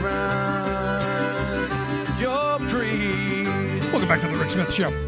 Check out the website, thericksmithshow.com. So a new investigation by a journalist at the Milwaukee Journal-Sentinel and my next guest at the Center for Media and Democracy, I think tell us what we already knew, but now give us concrete, absolute fact that there's another right-wing think tank out there, another foundation well-funded with billionaire money out to destroy workers, out to, well, dominate our politics and destroy democracy, which is why we've asked Mary Batari to come talk with us. She's the deputy director over at the Center for Media and Democracy. Mary, thanks for taking time for us. Thanks for having me. So I look at this, and this Bradley Foundation has been on my radar for quite some time, and I look at this latest report you guys have come out with and said, yeah, this is stuff we already knew, so what's new? Well, it may be stuff that you knew, but I think that the fact that they have a dedicated stream of funding to destroying unions, I think was news to a lot of people. We know that they're a conservative foundation, and we know that they're a right-wing foundation that does some sort of politicized grants. But what this report does is it pulls back the curtain on how they talk about these issues internally. And it's very different from how they talk about things externally. Out there in the public, they say they're doing a grant to an institution for public education, very vague words, or they say they're doing a grant to an institution for employee rights, or very vague words. Behind the scenes, they say we are attempting to defund big labor because it is a pillar of the left. Yeah, I mean, the reality is you look at just where I'm at in Pennsylvania. There's a guy running around saying that he wants to improve public education by demanding all of the teachers' home addresses, all of their names and phone numbers, and all of this stuff because he thinks he should have a right to it. And all the public sector workers, he wants their home addresses so that he can contact them. And you go, where's this guy get all of this money? And you go, right here's a good start. Right here is a good start. So that is a strategy and a tactic that's backed by the Bradley Foundation. One of the first places it was deployed was at the Freedom Foundation out in Washington State. There's a guy out there running a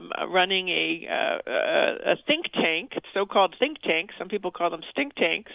Called the Freedom Foundation, and it's not doing a lot of thinking. What it's doing is it's going door to door trying to tell people to get out of their union, not because they're concerned for those individuals, and not because they are explaining to people. Anyways, not because they're concerned for the individuals who are talking to at the door. Behind the scenes, we see clearly that they're saying they want to defund big labor, and the people involved in this, from the head of the Bradley Foundation to the head of the think tank to a lot of the people knocking on doors, are all Republicans, and they are doing this. They're defunding unions in order to harm the Democratic Party, in order to harm the Democratic Party's boots on the ground. That's the primary reason they're doing this, and this is not a tax-exempt charitable purpose and a proper activity for a foundation, for a charitable foundation. When we give money to charitable foundations, we think they're going to be out there curing cancer. We think they're going to be out there funding boys and girls clubs. We think they're going to be funding the symphony and the arts.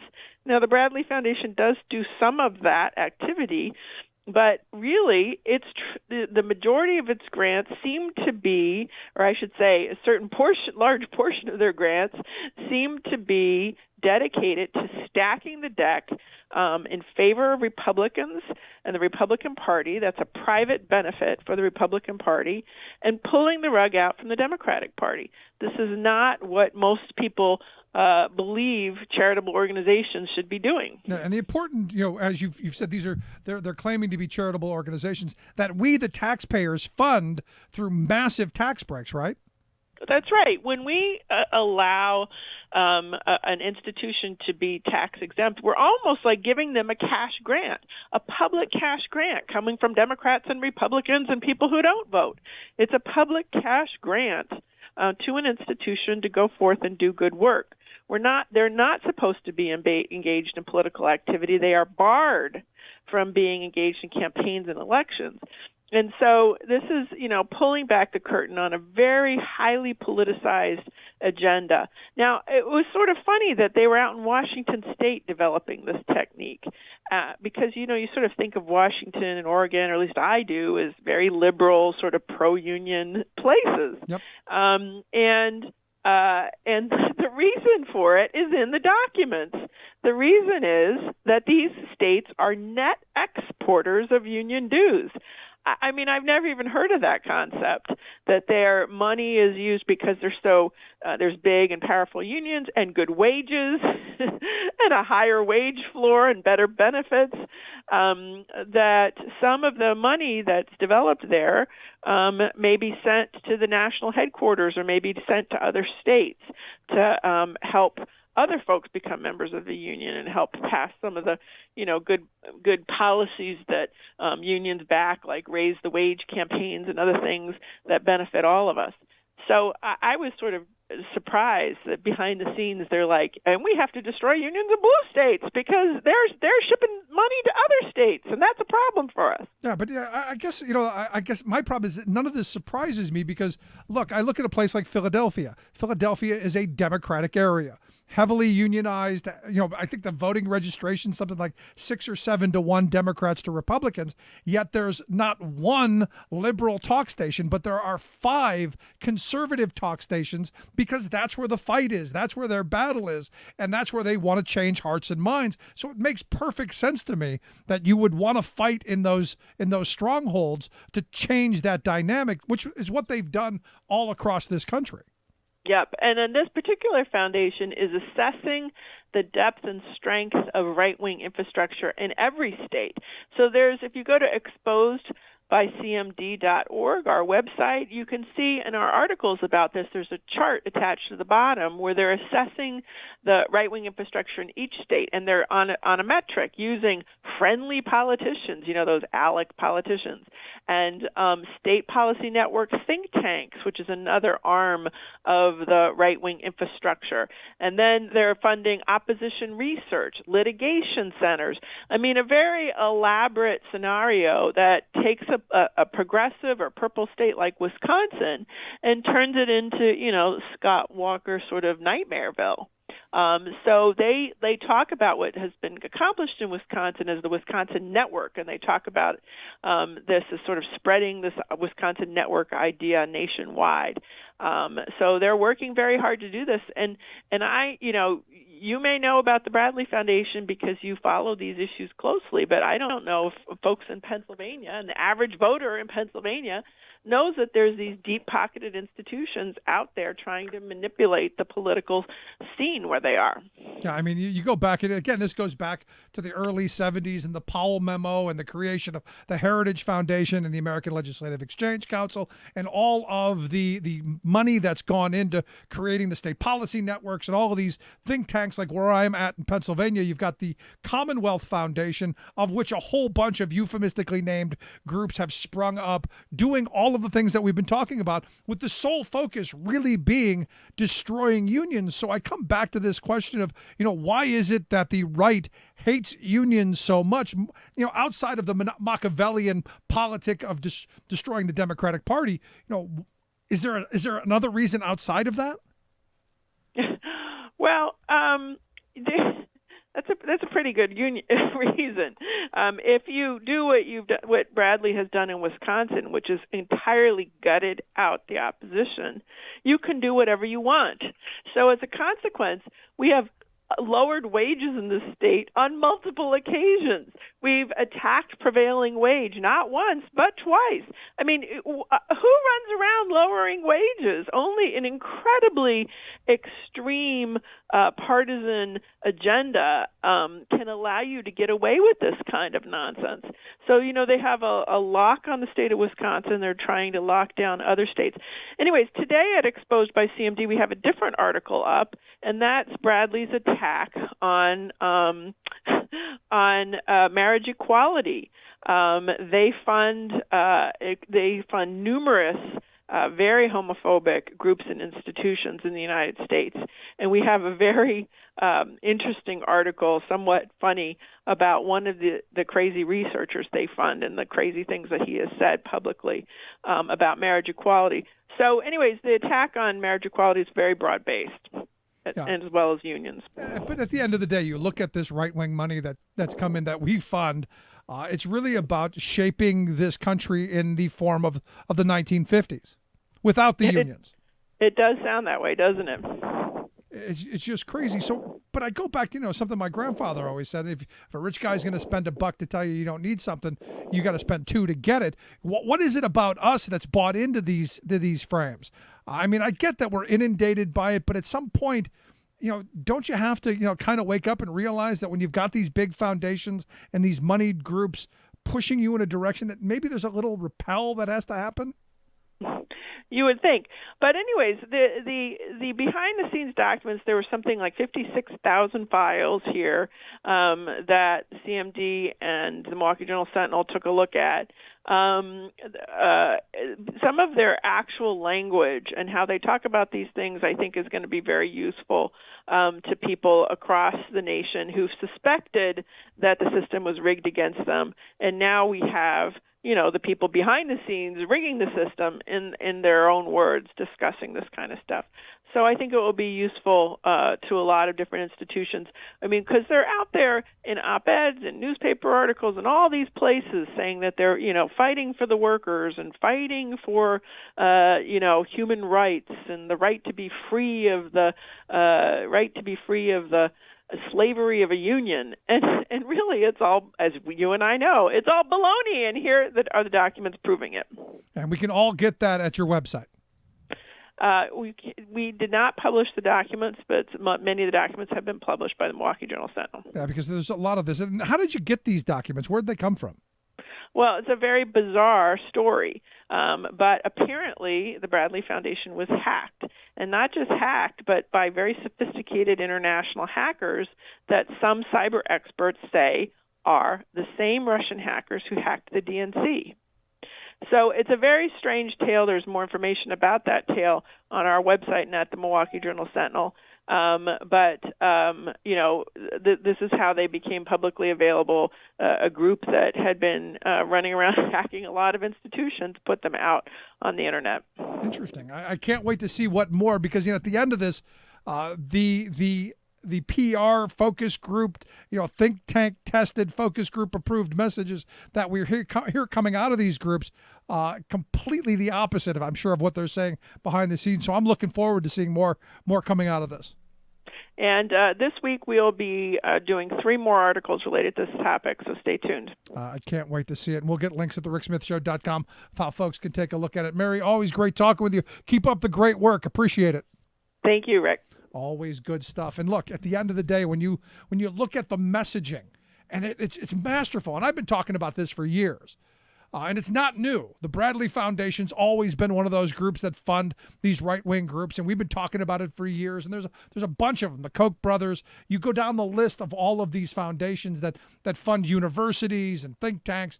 I mean, the most perverse to me is you look at the Koch brothers gave $2 million to Florida State University.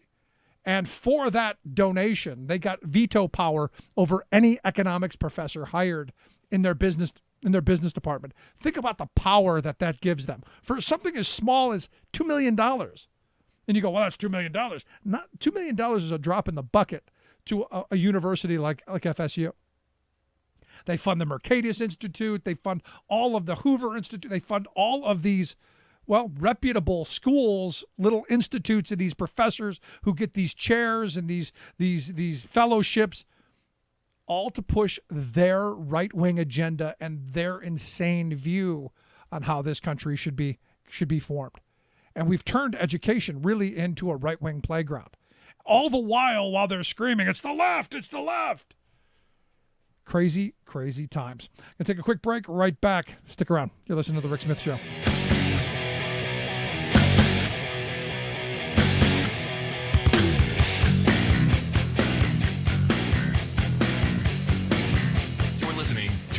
Smith Show.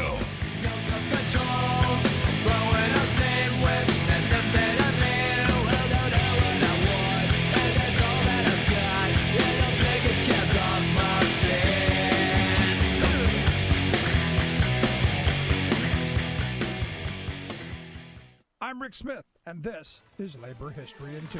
On this day in labor history, the year was 1919. That was the day the Winnipeg Trades and Labor Council called a general strike. It is considered one of the most important strikes in Canadian history. Social tensions intensified as soldiers returned home in search of work, only to find skyrocketing unemployment and inflation. In Winnipeg, building trades and metal workers attempted to organize and bargain as an umbrella organization. They walked off the job at the beginning of May, appealing to the city's unions for support. And on this day in 1919, some 30,000 workers walked off the job, starting with women telephone operators. The general strike had begun. Union and non-union workers alike heeded the call. Factories shut down. Public services came to a halt, including transit, mail services, and utilities. Having lost most of their workers to the strike, newspapers quickly branded strikers as Bolsheviks, depicting them as bomb throwers in cartoons.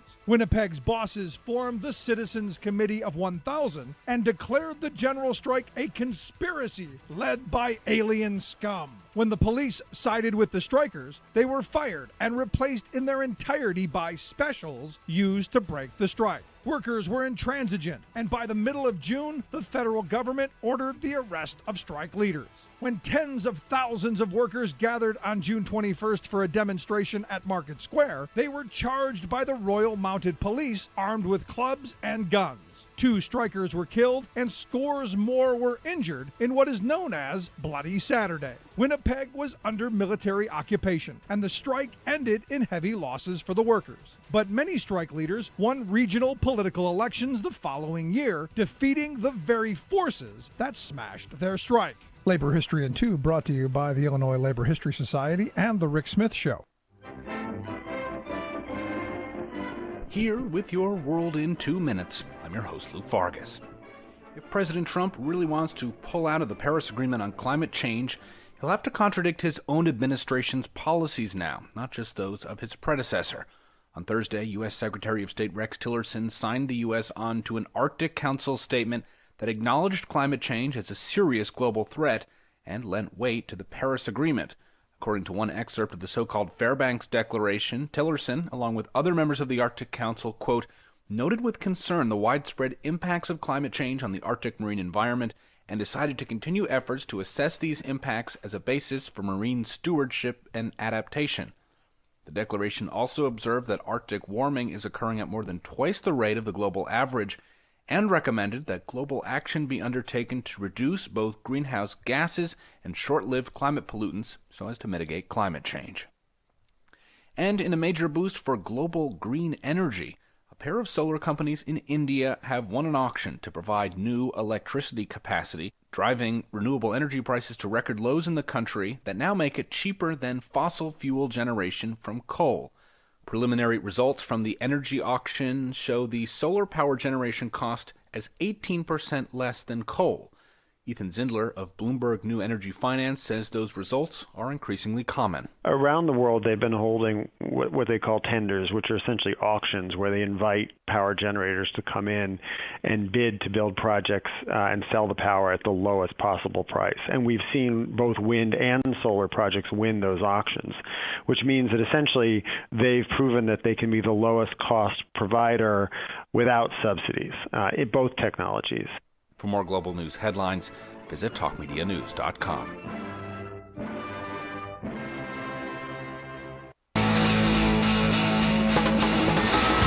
Making the blue blood see red. The Rick Smith Show. Fascist, you may be surprised. People all over this world are getting organized to bound to lose. You fascists are bound to lose.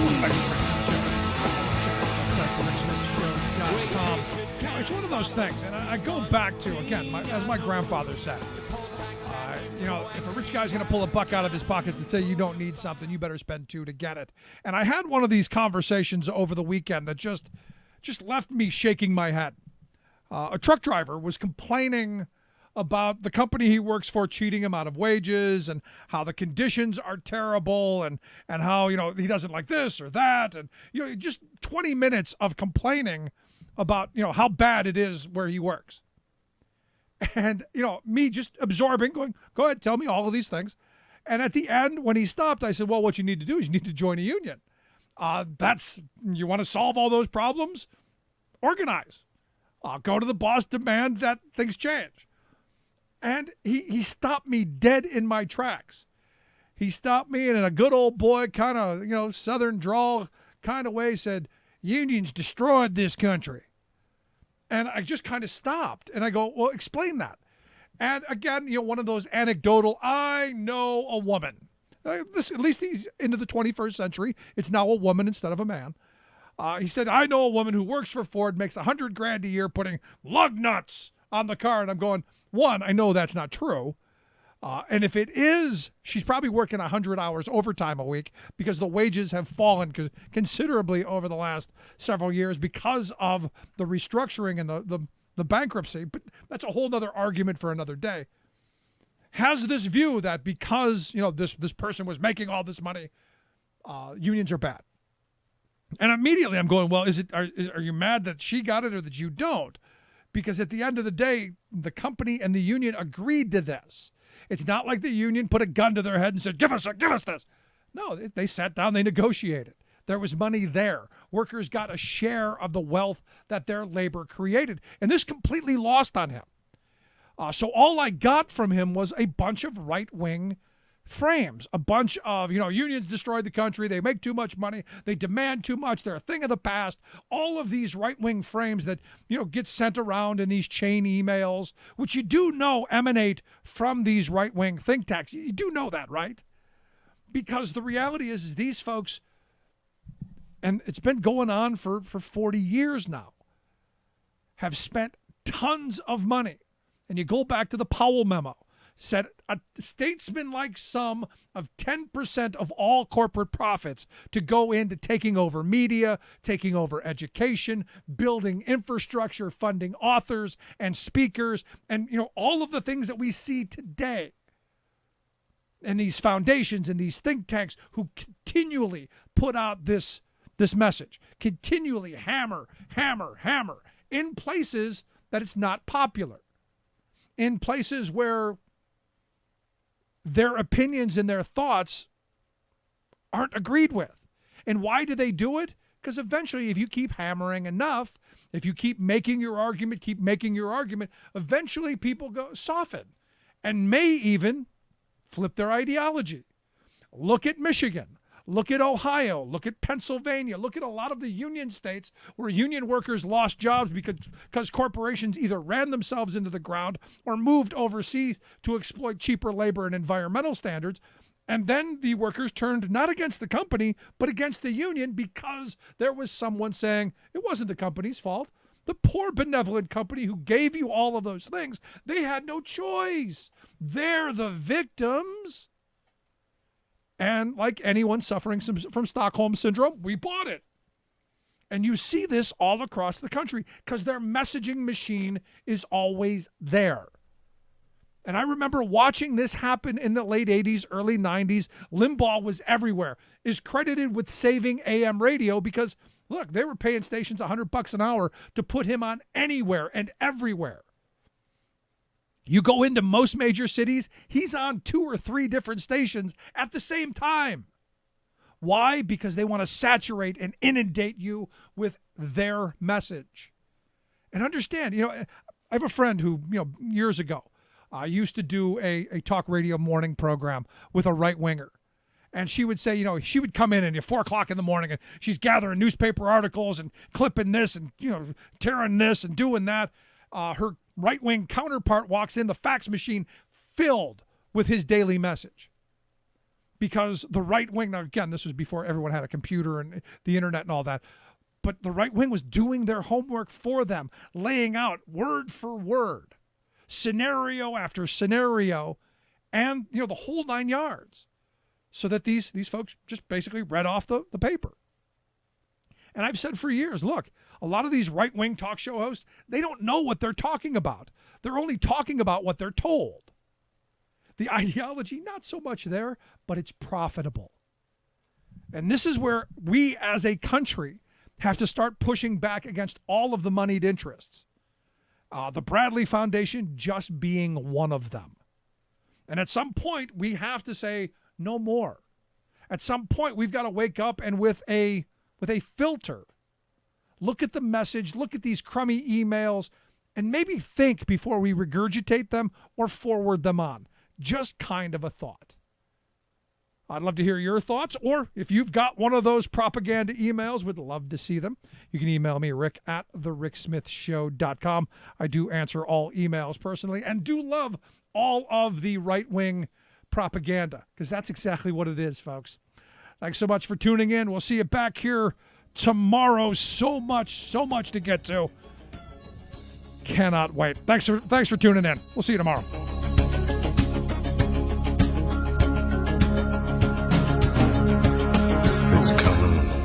You've been listening to The Rick Smith Show. Together, we can make America better. Email rick@thericksmithshow.com or interact with us anytime at thericksmithshow.com. Until next time, this has been The Rick Smith Show, where working people come to talk. It's coming like the tidal flood beneath the lunar sway, imperial, mysterious, in amorous